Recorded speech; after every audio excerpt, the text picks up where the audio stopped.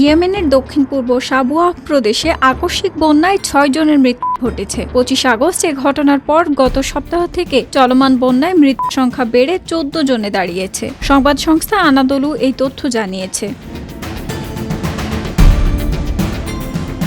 প্রদেশের মিডিয়া সেন্টারের এক বিবৃতিতে বলা হয়েছে, বাইহান, জারদান, আরমা এবং কৌরা উপত্যকায় এই ৬ জন নিহত হয়েছেন। মার্কিন সোশ্যাল মিডিয়া কোম্পানি ফেসবুকে প্রকাশিত প্রতিবেদনে উল্লেখ করা হয়েছে, বন্যায় ৩টি যানবাহন ভেসে গেছে। এছাড়া প্রদেশের সরকারি রাস্তাঘাট, বিদ্যুৎ নেটওয়ার্ক, ব্যক্তিগত সম্পত্তি এবং কৃষিজমিও ক্ষতিগ্রস্ত হয়েছে।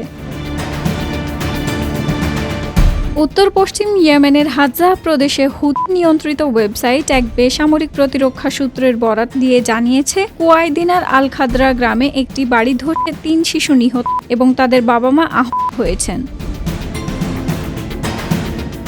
আন্তর্জাতিকভাবে স্বীকৃত সরকারি বাহিনী এবং হুতি গোষ্ঠীর মধ্যে ১ দশকেরও বেশি সময় ধরে চলা সংঘাতের ফলে ইয়েমেনের ভঙ্গুর অবকাঠামো মারাত্মকভাবে ক্ষতিগ্রস্ত হয়েছে, যার ফলে মৌসুমী বন্যার মানবিক ক্ষতি বেড়েছে এবং বাসিন্দারা মৌলিক পরিষেবার অভাবের অভিযোগ করছেন।